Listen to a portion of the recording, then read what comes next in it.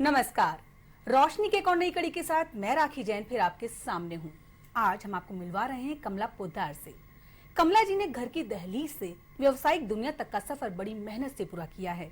आइए सबसे पहले नजर डालते हैं उनके अब तक के सफर पर।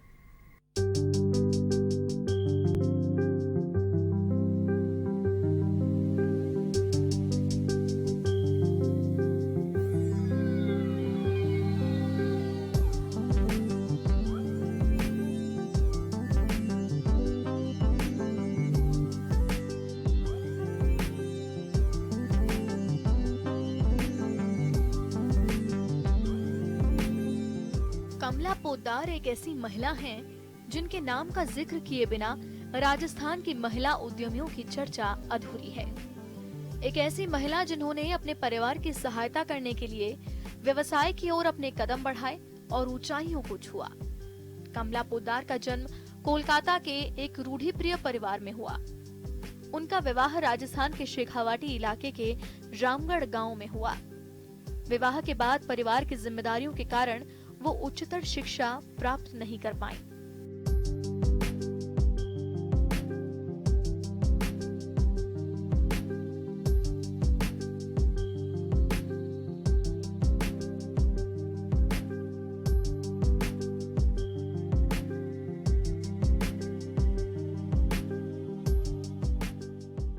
साल 1994 में कुछ ऐसे हालात बने कि उन्हें घर से बाहर अपने कदम रखने ही पड़े। अनुभव और पूंजी के अभाव के बावजूद कमला पोद्दार ने गारमेंट का व्यवसाय शुरू किया। 5 साल तक बहुत कुछ सीखा और समझा। उन्होंने महसूस किया कि कपड़ा उत्पादन और निर्यात उद्योग को डिजाइन के क्षेत्र में नई संभावनाओं की आवश्यकता थी। इसीलिए उन्होंने वर्ष 1999 में INIFD यानी कि international institute of fashion design की जयपुर में शुरुआत की और इसी के साथ कमला पोद्दार इंस्टीट्यूट्स का जन्म हुआ।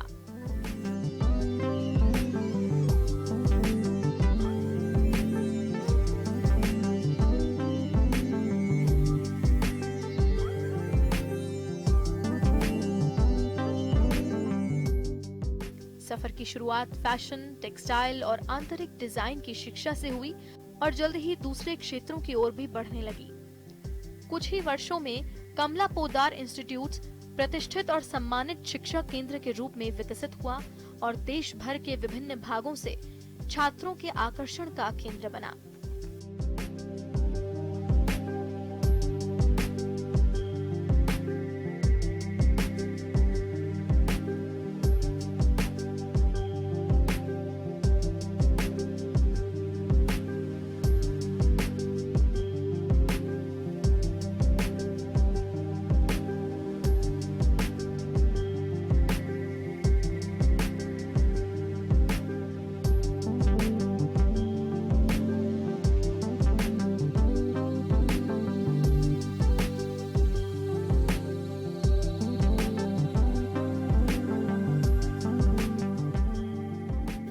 आज कमला पोद्दार शिक्षा और नारी सशक्तिकरण के क्षेत्र में एक जाना माना नाम है।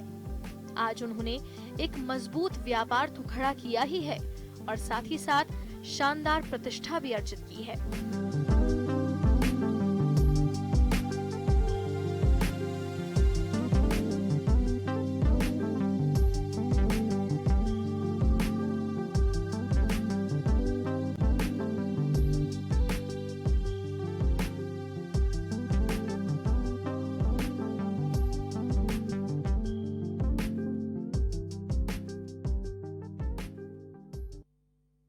तो देखा आपने कैसे कमला जी ने यहाँ तक का सफर तय किया। अब हम उनका स्वागत करते हैं। कमला जी, बहुत बहुत स्वागत है आपका हमारे स्टूडियो में। कमला जी, सबसे पहले ये बताएं, आप कलकत्ता में जन्मी, वहां पली बढ़ी, जयपुर पहुंची, कैसे तय किया अब तक का सफर? ये सब कुछ बस होता चला गया, जैसे कि हम आम सभी महिलाओं के साथ होता है। शादी हुई, बच्चे हुए और फिर जयपुर कलकत्ता से जयपुर का सफ़र, कोई पारिवारिक कारणों से मुझे जयपुर शिफ्ट होना पड़ा और फिर जयपुर में आने के बाद भी काफ़ी साल तक मैंने कुछ भी नहीं किया और उसके बाद 94 से फिर मैंने अपना व्यवसायिक करियर शुरू किया।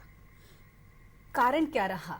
कुछ कारण जरूरत रही, घर की फाइनेंशियल, मैं एक बहुत बड़े परिवार में पैदा हुई, बहुत बड़े परिवार में मेरी शादी हुई, लेकिन फाइनेंशियल जो प्रॉब्लम थी उसकी वजह से मुझे अपने घर को संभालने के लिए यह शुरू करना पड़ा। कैसे शुरू किया? मैंने सुना है आपने कुछ बड़ा छोटा सा कुछ मशीनें लगा के काम शुरू किया था। मैंने 5 सिलाई मशीन लगा के गारमेंट एक्सपोर्टर का फैब्रिकेशन का काम शुरू किया और उसकी जमा पूंजी सिर्फ लागत 1 लाख रुपए की जमा पूंजी से मैंने इस काम को शुरू किया और 5 सिलाई मशीन से एक्सपोर्टर के यहाँ से कपड़े लाती थी, वो कपड़े सिल के मैं उनको दे देती थी और इसी तरह से धीरे धीरे करते हुए 5 से 10, 10 से 15, 15 से 20, फिर पैक शिपमेंट, ऐसे 94 से 2000 तक मैंने ये गारमेंट फैब्रिकेशन का काम किया, पूरी पैक शिपमेंट भी तैयार करती थी। और इसी बीच 1999 में मेरे सामने मेरे फैशन डिजाइन इंस्टीट्यूट की NIFD, जो उस समय नाम था, आज उसका नाम INIFD है, उसके फ्रेंचाइजी ऑफर मेरे सामने आए। तो 99 में मैंने अपना एक कैरियर का एक रुख मोड़ा जो कुछ एक्सपोर्ट इंडस्ट्री से फैशन इंडस्ट्री के साथ जुड़ा हुआ था। तब मैंने 99 में सबसे पहले कमला पोद्दार इंस्टीट्यूट की शुरुआत हुई और उस समय फैशन डिजाइन इंस्टीट्यूट में 136 बच्चों से हमने एक उस कोर्स को शुरू किया, इंस्टीट्यूट को शुरू किया और जो आज तक 2017 तक जारी है। कमला जी, रोशनी हमारा ऐसा कार्यक्रम है जिसमें हम महिलाएं जब ऊंचाई तक पहुंचती हैं तो वो कैसे संघर्ष होते हैं, कैसे वहां तक पहुंचती हैं, थोड़ा सा हमारे दर्शकों को बताएं कि किस तरह घर की दहलीज से आप इतना बड़ा एक साम्राज्य, मैं कहूंगी, आपने खड़ा किया है। किस तरह की संघर्ष आपके सामने आए? संघर्ष हर महिला के साथ एक ही तरह का होता है, परिवार के साथ तालमेल बैठाना। जब वो घर से बाहर निकल के काम की दुनिया में पहुंचती है तो उसकी सबसे पहले जिम्मेदारी होती है अपने परिवार और अपने कैरियर के साथ में संतुलन करना।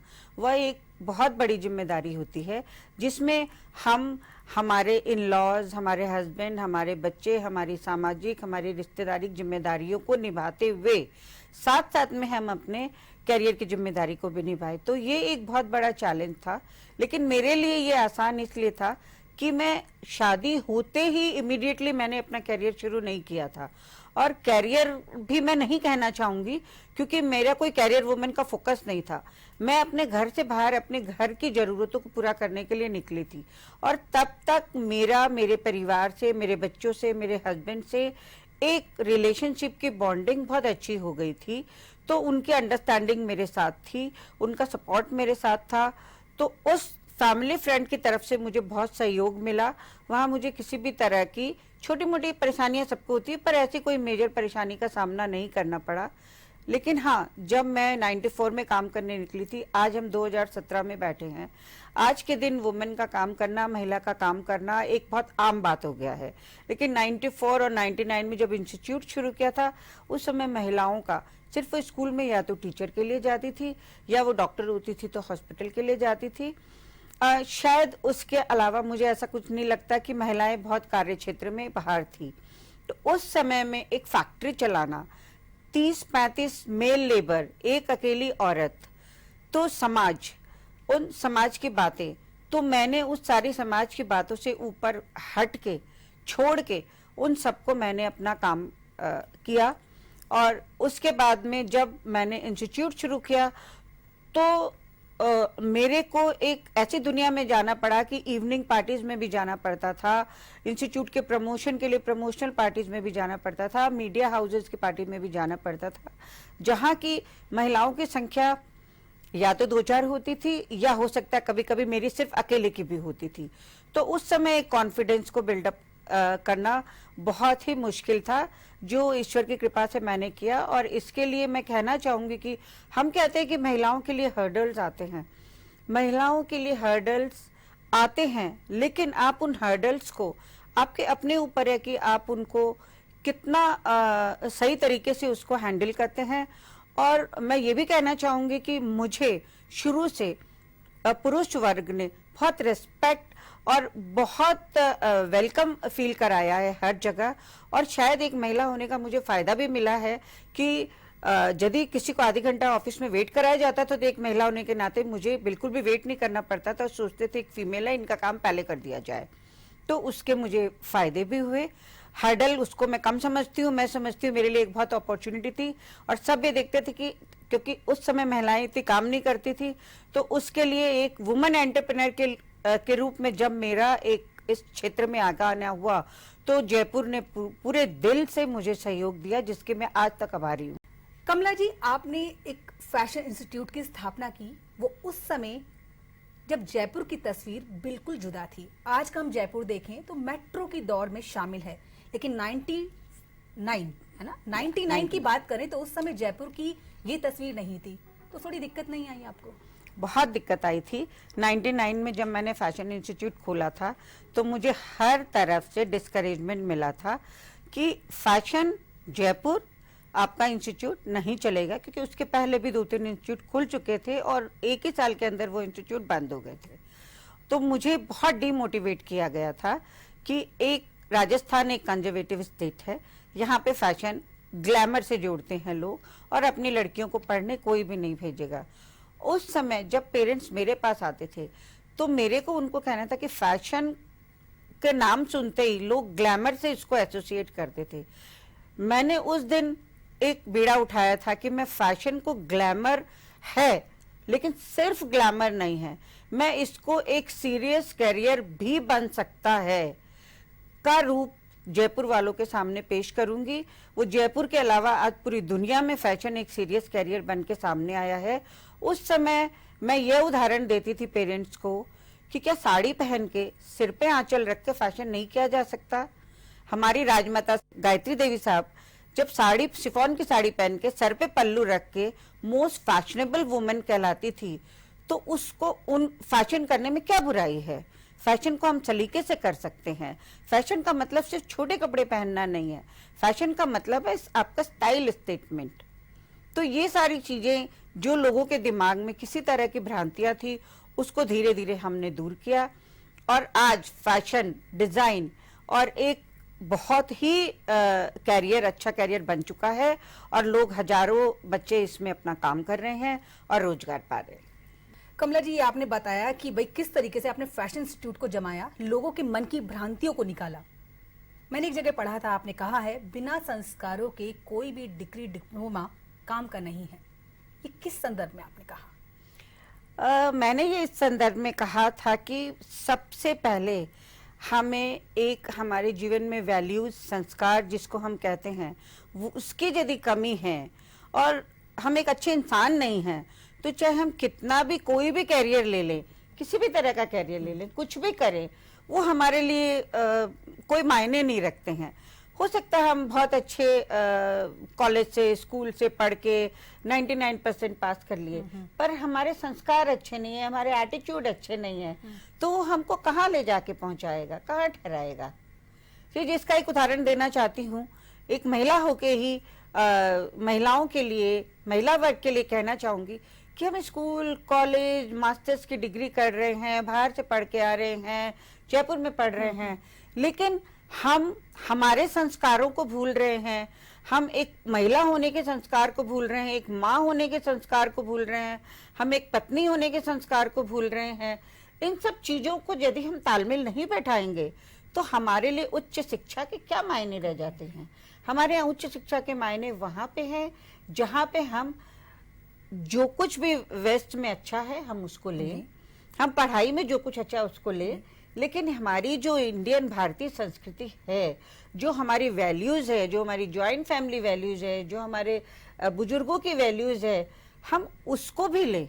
हम उसको क्यों छोड़ते चले जा रहे हैं? एक बच्चा जब छोटा है और उसको संस्कार सिर्फ माँ दे सकती है, पिता नहीं दे सकता। आपके यहाँ परिवार में यदि ब्रेड एंड बटर की प्रॉब्लम है, कमाई की प्रॉब्लम है, कि आपके कमाने जाए बिना आपका घर नहीं चलेगा, तो आप जरूर घर के बाहर कदम रखें। लेकिन जब तक आपका बच्चा छोटा है, तब तक यदि जरूरत ना है, तो आप 5 साल उस बच्चे के पास रह के उसको संस्कार दें, फिर आप अपना कैरियर का काम करें या घर से बैठ के कुछ करें। इस तालमेल को आज के महिला वर्ग को करना बहुत जरूरी है, और इसी संदर्भ में मैंने ये कहा था। और पुरुषों के लिए आज जब भी पुरुष वर्ग अपने वैल्यूज को भूलते जा रहे हैं, इतनी सारी मिसफॉर्चून चीजें होती जा रही है जिसके बारे में हमारा समाज बहुत ही चिंतित है।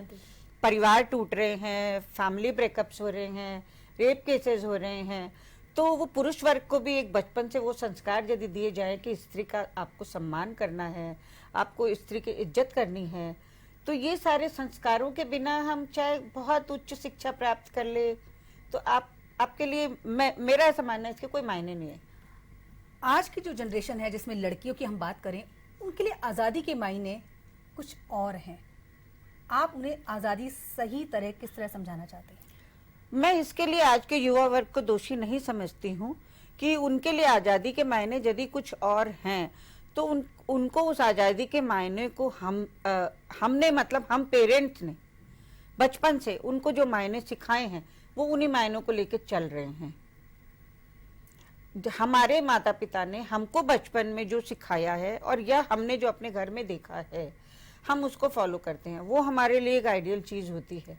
तो आज का युवा वर्ग यदि कोई चीज कर रहा है तो उसके लिए हम परिवार और माता पिता स्वयं जिम्मेदार हैं। हम युवा वर्ग को, बच्चों को दोषी नहीं मान सकते। तो इसमें एक बहुत ही देखने की, सीरियस लुक करने की जरूरत है कि यदि हमारा युवा वर्ग आज़ादी के माने कुछ गलत समझ रहा है तो उसके लिए हम कहाँ तक जिम्मेदार हैं। तो हम बचपन से उसको, यदि हम उसको बचपन से ही हम बोलेंगे, जैसे एग्जाम्पल एक देना चाहती हूँ कि आजकल की कहते हैं कि बच्चा पिज्ज़ा खाना चाहता है और पराठा नहीं खाना चाहता है। मैं समझती हूँ 3 साल का बच्चा खुद तो चल के पिज्ज़ा खाने के लिए कहीं नहीं जा सकता, उसको पिज्ज़ा आपने खिलाया है। आप यदि वो कोई बढ़िया काम करता है तो आप उसको कहते हैं कि तुम अच्छा काम कर लो, तुम्हें आइसक्रीम खिलाएंगे, पिज्जा खिलाएंगे। हाँ। तो उसके लिए वो एक बहुत अच्छी चीज है। यदि हम बोलेंगे, हमारे यहाँ तो कहते थे बढ़िया कर लो तो खीर खिला देंगे, हलवा बना के खिला देंगे, तो हमारे लिए वो बहुत बड़ी चीज थी। तो हम बच्चे को क्या बता रहे हैं ये हमारे ऊपर निर्भर करता है। कमला जी, 99 में जो अपना इंस्टीट्यूट शुरू हुआ था, आज यहाँ तक पहुंचा है। ये सफर दिन प्रतिदिन आगे बढ़ता जा रहा है। पहले लैक्मे में गए आपके स्टूडेंट, अब लंदन तक जा रहे हैं। तो जयपुर के बच्चों को इतना मौका मिल रहा है, कैसे सब कुछ संभव हो पाया? ये संभव इसलिए हो पाया कि हमारे इंस्टीट्यूट में फैशन एक है कि फैशन हम कहते हैं कि ओवरनाइट बदलता है। जब ओवरनाइट बदलता है फैशन, तो उसके लिए एक लेटेस्ट टेक्नोलॉजी, लेटेस्ट उनके डिज़ाइन और बच्चों के एक्सपोजर के लिए हमको लेटेस्ट उनको वहाँ भेजना पड़ता है। तो पहले हमने लैक्मे फैशन वीक से टाइप किया। उसका टाइप करने के बाद में हमने अब स्टूडेंट को 1 महीने के लिए लंदन वो जाते हैं, और लंदन फैशन वीक में भी जयपुर के 2 स्टूडेंट ने पार्टिसिपेट किया। तो ये एक जो सफर है कि जब तक हम उनको इंडस्ट्री का एक्सपोजर नहीं देंगे, जयपुर के बाहर में इंडिया के बाहर में अब्रॉड, ये सारे एक्सपोजर से इन स्टूडेंट्स में एक दुनिया कहाँ जा रही है, एक रियलिटी लर्निंग का एक्सपोजर इनको मिल रहा है।